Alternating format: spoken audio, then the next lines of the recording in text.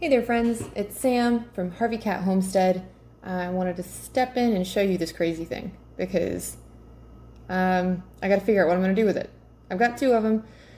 This is just a gray zucchini, but it got left on the plant for too long and now we have to figure out how to not let it go to waste because you don't really want to cook it the same way as a regular zucchini. So I'm gonna go ahead and trim off the ends here, and I'm going to show you why you don't really want to cook it like your typical squash. I'm going to cut it right down the center, kind of open it up here for you so you can get a good view of what we're working with. So those seeds are big. It's just kind of this weird pithy situation, so I'm going to just grab a spoon out of the drawer here and we are going to scoop it out. It comes out pretty easily, so you kind of just you just stick your spoon in there and pull it on out. It's like ice cream or something. Yeah. I make this look more difficult than it actually is. This is much easier to do. I don't know why I made this so hard. Oh well, that's what you're here for, right? Is my silliness alongside the tips that I'm sharing with you. Okay, so we got it all hollowed out. You can see it's really thin. There's not a ton of flesh on there. So I'm gonna go ahead and peel the outside of it and we can get it into the state where we can use it. This, obviously you try to avoid having something like this because it's just extra work in my opinion. If you can keep things simple, it's better. So ideally you would pick it sooner. Our friend Jace was watching our homestead for us. Hey Jace, thank you for doing that again.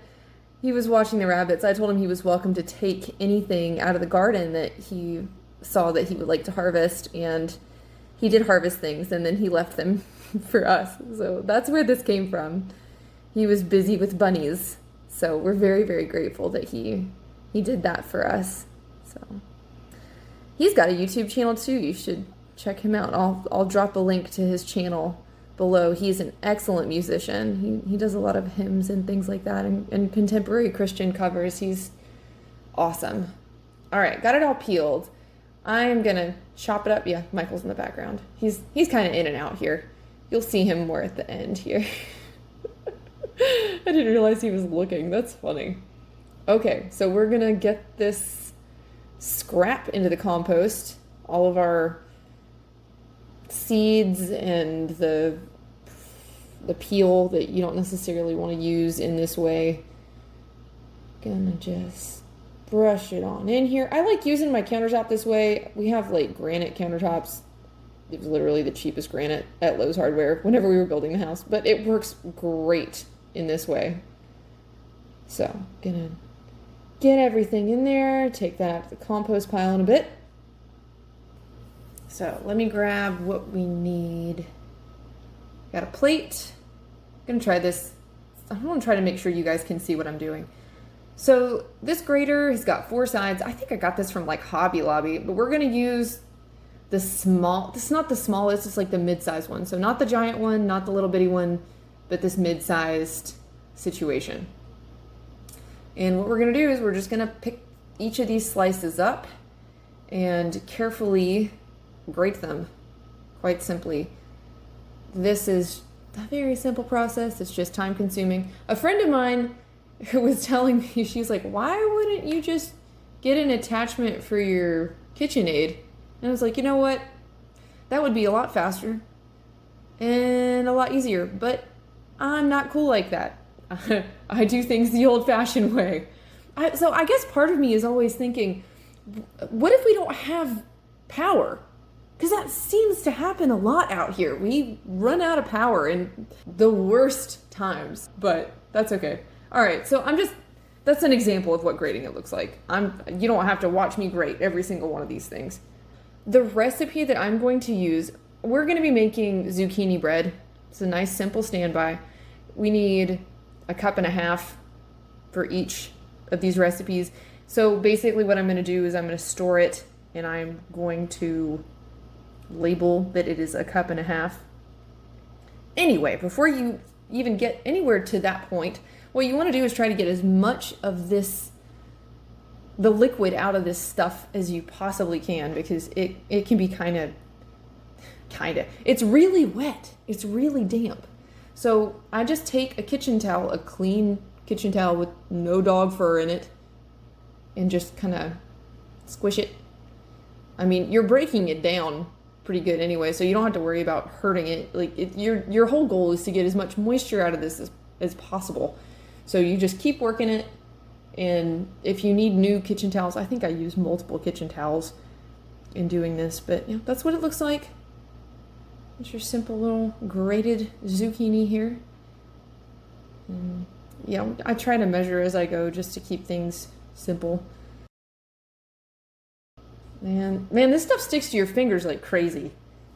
I kept rinsing my hands off. It was kind of driving me nuts. All right, so like I told you, a cup and a half. I'll be right back. I keep having to grab stuff. So these are simple little freezer bags. They've got a spot where you can write, the date that you're putting the item in there, and then, what it is. So I am going to go ahead and label each of these preemptively. I want to make sure that the measurement is right. This is one of those, what do they say? Measure twice, cut once kind of situations. I measure like 8 times, and then I write it down, and then I'm probably already wrong. Anyway, I went ahead and wrote everything on all 3 of these bags.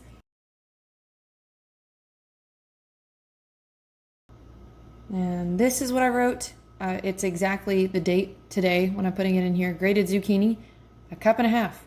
Well, 1.5 cups in that order. Just plop it on in there. It doesn't want to come out of this measuring cup, so I get to manhandle it again. This is a video all about me manhandling zucchini. And get it all in there. In terms of storage in the freezer, a lot of times you don't have a ton of space. So what I like to do is I make sure that I am flattening the bag out as I go. You can stack things more easily in the freezer that way. You can kind of stick them on top of each other, and then they will freeze sort of glued together almost. Another really good thing to do, I showed you this without telling you this, write your stuff on the bag way before you put anything in it. Yeah, this is me showing you how flat I got it. But if you're trying to write on something with a Sharpie that might be wet, that might be mushy, it's not a great texture, it's not easy. So just go ahead and do it before you even start. All right, so 1 bag, 2 bag, 3 bag. 3 bag zucchini. And we're just gonna go ahead and stick these in the freezer. I kind of have to make a little bit of room because what's in there, you've got a bunch of rabbit parts and stuff. So you wanna sit it somewhere flat while it is freezing so that it will maintain its shape. That way you can come back after it has completely frozen and you can stand it up and you can just use your space much more adequately that way. So I'm a total goober, and I think that you can see this as I'm recording this. I know you can't. I will give you a still shot of this recipe. I handwrite everything because otherwise I just simply won't remember it, or what cookbook it's in, or what on the internet it is. So preheat the oven to 350. It says to grease a 9x5 loaf pan. I don't grease it. I'm a rebel. It's totally fine. So we're gonna start out with honey. This honey is from a local spot. These people are amazing. It's called the Bee Shack. They're in Madison, and they helped me so much in terms of understanding how to keep bees and how to care for them. So that's something that is coming very soon here. So we need 1/2 cup of honey. We're going to go ahead and pour that right in here. Honey is sticky, so basically the way I try to get all of the honey out of here is I continue to use that measuring utensil, and I stick the milk in there in just a second. You'll see. Just a large mixing bowl. Honey goes in as best we can.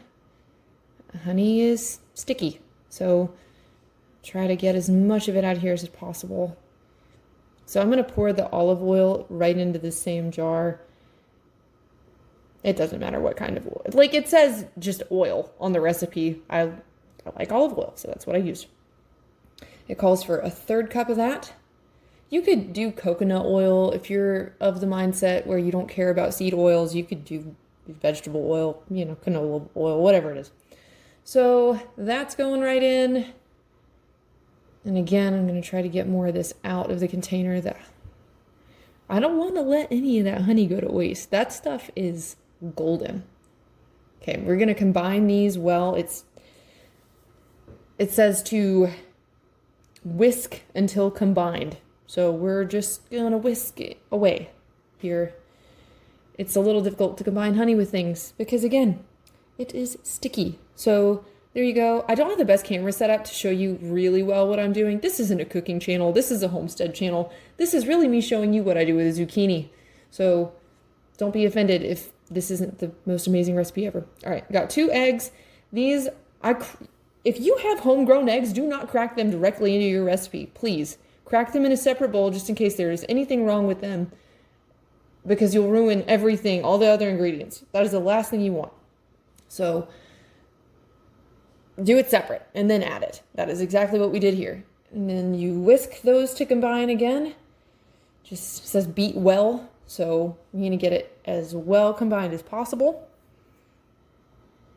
It just takes a fair bit of stirring. I wouldn't say this recipe needs enough stirring to justify using the mixer, though. A hand whisk in a bowl is just fine. So here is our milk. I've got almond milk. It's nothing special, but it calls for 1/2 cup of that. And I'm swishing it around so you can't see my measurement accurately, but just trust me, it's 1/2 cup of almond milk. Got that in there. Then baking soda. And this recipe calls for 1 teaspoon of baking soda.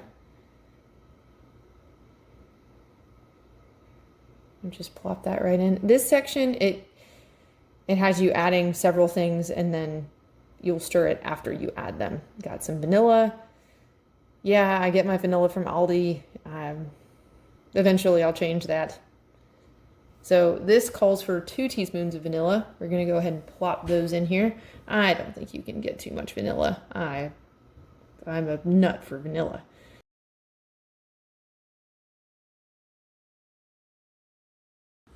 All right, and now we've got some salt. I'm using pink Himalayan salt here. That's why it's pink, obviously. It calls for 1/2 teaspoon of salt. There's no way you can read that. All right, there you go. I'm trying so hard to be helpful and show you everything that you need, and I realize the lighting in this video is kooky too, but you know, you get the real authentic Sam whenever we're hanging out together. So, all right, next ingredient, nutmeg. This is a very small amount of nutmeg, 1/4 teaspoon of nutmeg, just a taste. And then the other spice that is called for in here is cinnamon. And that is 1 teaspoon of cinnamon here that we're going to plop in. I try to get all organic spices. It doesn't always happen. I also try to grow most of my own spices, but I don't know how to grow cinnamon. I don't think we have the climate for that here in Central North Carolina. If I'm wrong, please tell me. I would love to learn about that. So from here on out, it's mostly stirring, just so you know.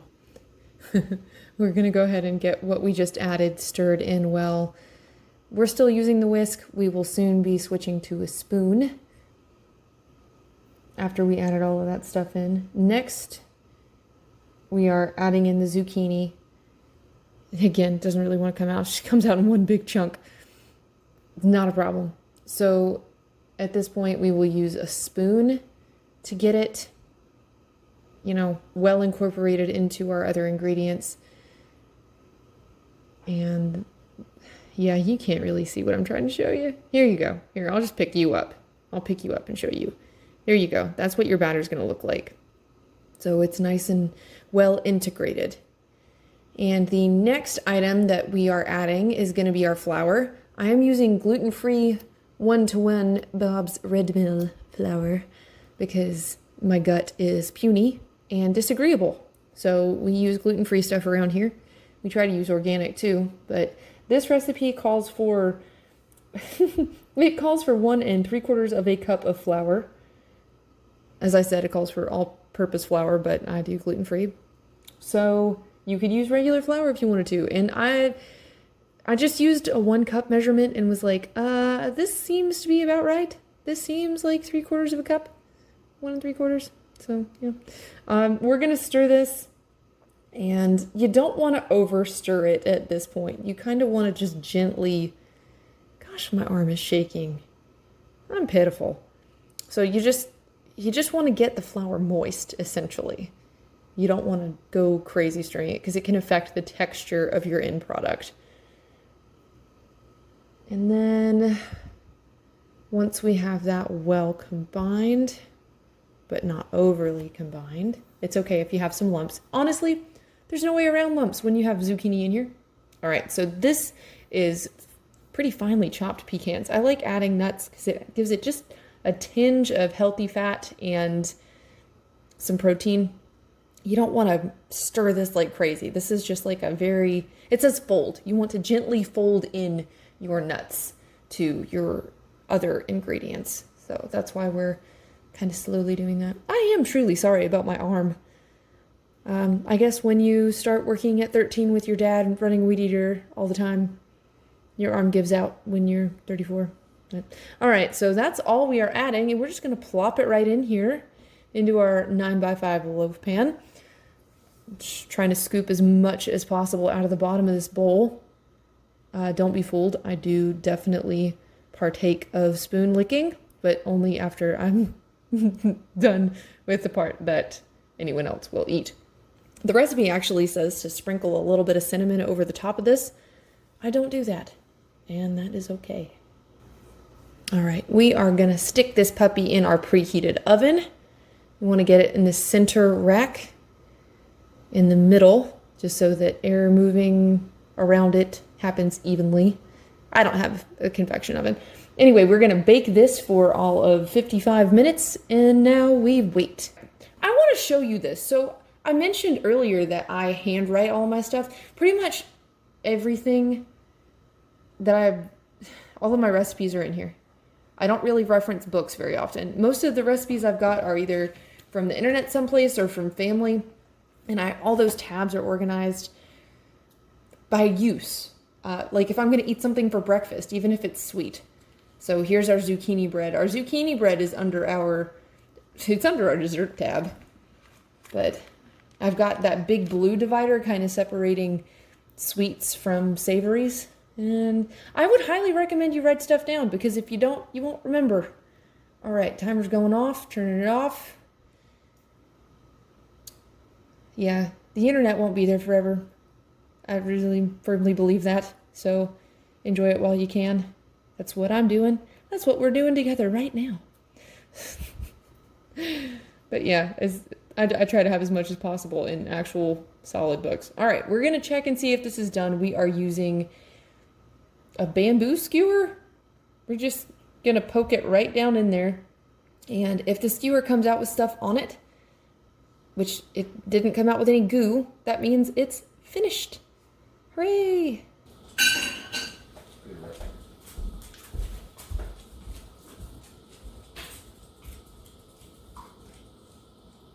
Well, I made this lovely zucchini bread. Michael and I are going to sample it for you.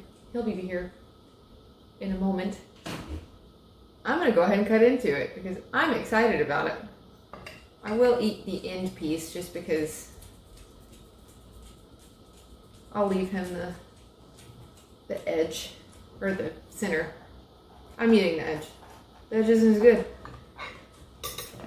I didn't grease this because the last time I made it, I didn't grease it because I forgot. And I was like, you know what? I'll probably be fine without greasing it.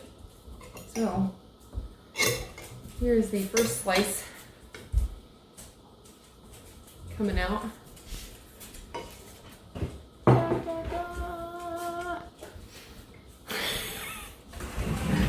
So there's my slice. Michael has very kindly agreed to do a taste test with me. This is my husband, Michael. Will you say hello to our friends? Hello. How's everyone? How big of a slice do you want? I mean, I'm game for whatever you cook, you know that. Well, I appreciate that. Well, I'll let you just decide how much you want. Going for it. I got kind of like a thinner slice, but Michael's very serious about his desserts. I seriously trust everything you make. That's very sweet of you. You also had the last little bit of zucchini bread, so you know. I already know. Yeah, we're good. Ain't nothing to worry about. I didn't really change the recipe at all. Alright, you ready? Well, I have the corner piece, so yours is going to be better.